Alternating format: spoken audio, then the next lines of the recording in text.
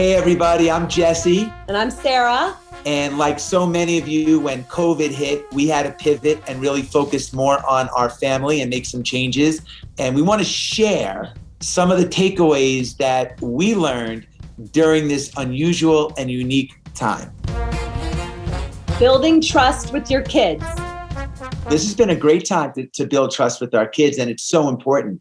Obviously we've had more time for more family dinners and just to be around as a family unit. But it gives us an opportunity to teach them a really important tool, and that's confidence. We quickly empowered our children to do things that we weren't really allowing them to do prior, and that built trust with them and us, and they were able to do it. So it's oftentimes in these moments of crisis that you realize how much more everybody can step up. I must hear the word daddy, can I, about 50 times a day. Daddy, can I do this? Can I go on the trampoline? Daddy, can I go in the pool? Mommy gets the same thing.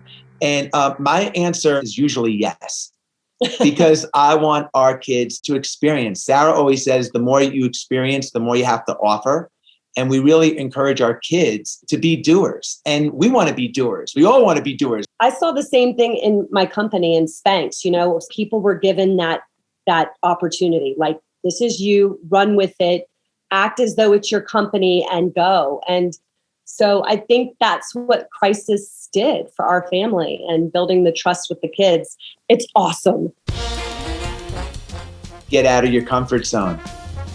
One of the things that we did during the pandemic that got us really out of our comfort zone is we rented an RV, okay? And we are a family that has never, really done this, but we saw the situation of we can't travel, we are in our homes. What is an option that we could do to mix up our environment to help the sanity of us and the sanity of our children?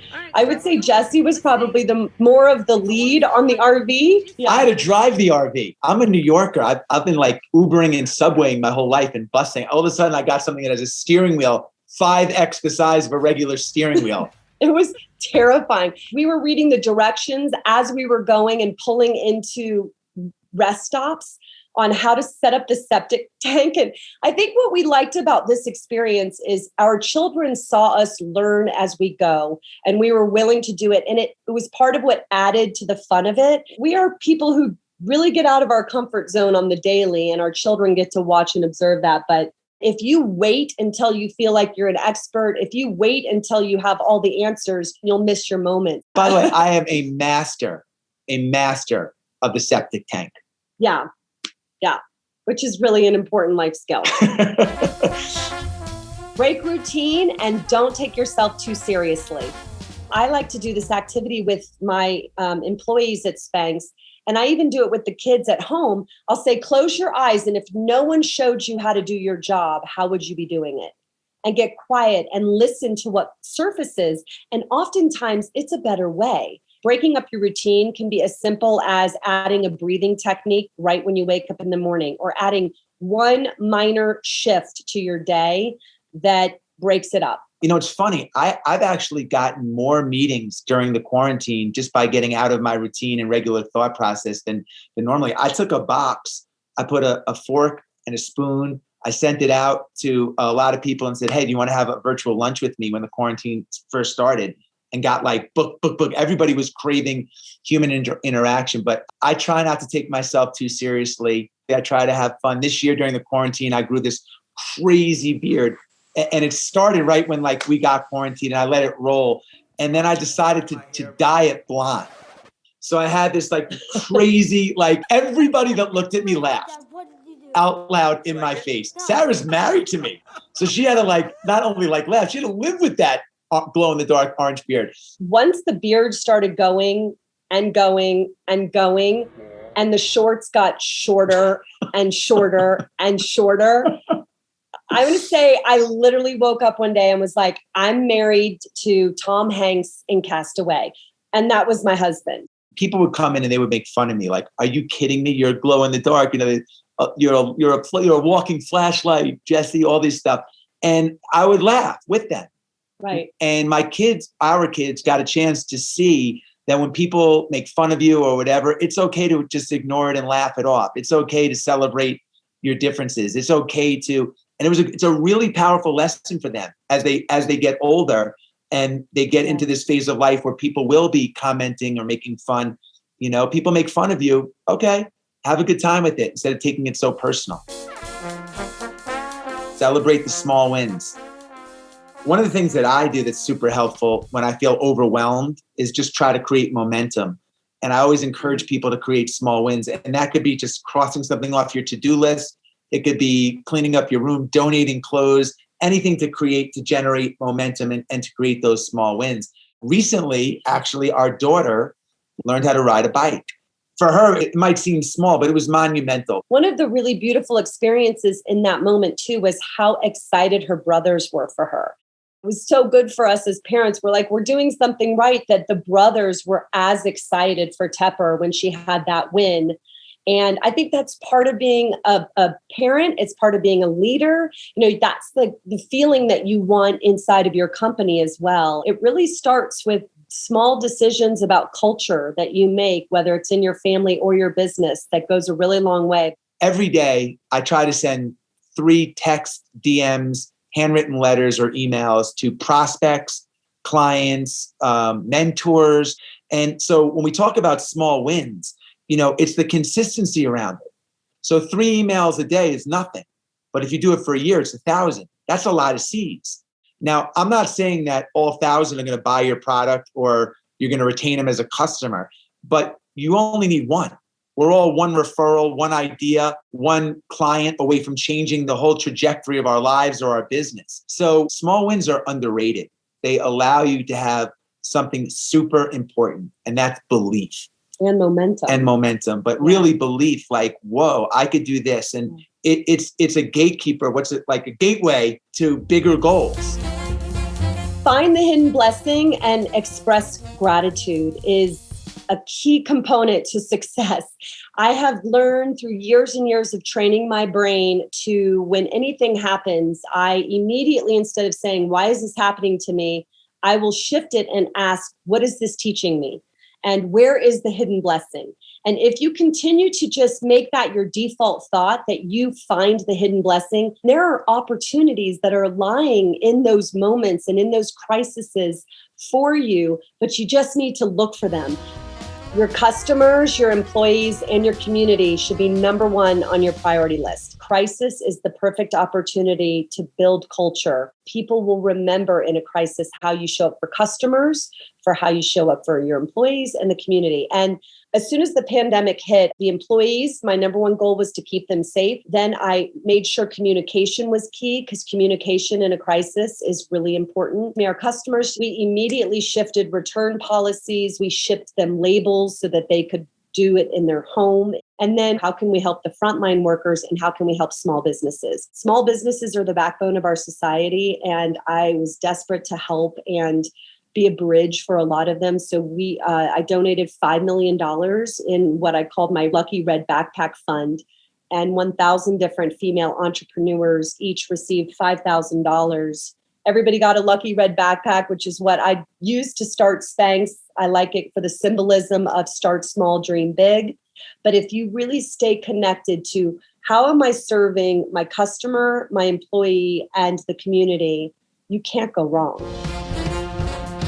Take the pressure off. There is so much pressure with the pandemic. There's pressure in general, and we put a lot of pressure on ourselves.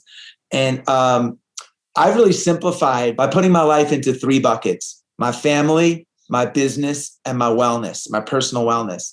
And I try to do something every day that moves the needle in each one of those 3 buckets. So it takes all the pressure off. Like, I got to learn Mandarin. I have to do a documentary. I'm going to write a book. I'm going to run a marathon. It's like, I have goals, but on a daily basis, those are the buckets that I want to move the needle in. When the pandemic first started, I had a list so long of all the things I was going to accomplish. I was going to write my book. I was going to invent something to clean the ocean. That's not a joke. I was going to, invent a few new products. And very quickly, I pivoted and went into complete survival mode. I mean, just surviving became the goal. And Every day I'd say, are the children alive? Are they still alive? Because with 4 children under 11 and trying to navigate virtual life and business and raise them and help them and educate them online like so many parents were doing, that was the goal. Find the humor. In the pandemic, more than any other time, we have been challenged to find the humor. And I would say it's probably the number one key for our marriage. I'm basically married to a camp director. And Jesse is, I joke often, I really have 5 children. I'll take it. Anyway, it's crazy, but I have to just laugh. I always have this quote, #just love them. It's got to be hard to live with me. I understand that. She does a great job at it. Wait, did you really capture that? Is that on? Do I have that permanently on? Okay, good. Yeah. Just remind me briefly. I went running. Remember, I had my headband on and I wrung it out. Ugh.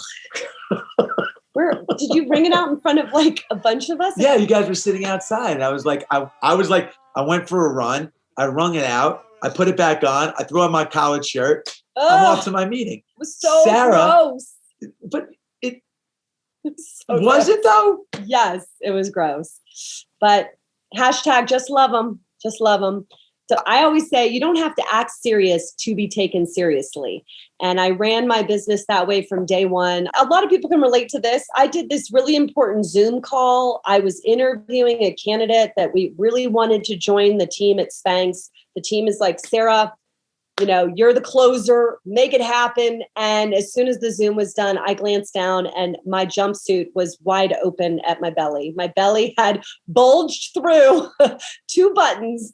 And all I thought was, oh my God, was that in the Zoom? I ended up throwing it on my Instagram because these are the moments that if you laugh about them and you don't hide from them and become mortified by them, that's a way to connect with customers, your community, and your friends. And it makes life more fun. Yeah, I mean, this time presented an opportunity to stand out by being different, silly, humorous.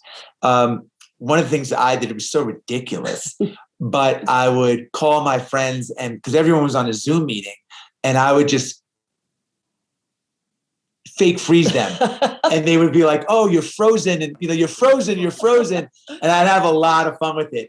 And then like, I would, it started out at freeze and then it would be like, your thing is blacked out, and it started taking a life of its own. You did slow motion Zoom. I mean, he had so much fun with it, but it was hilarious. And he was just taking a moment where we were all panicking and shifting as society to a virtual online life.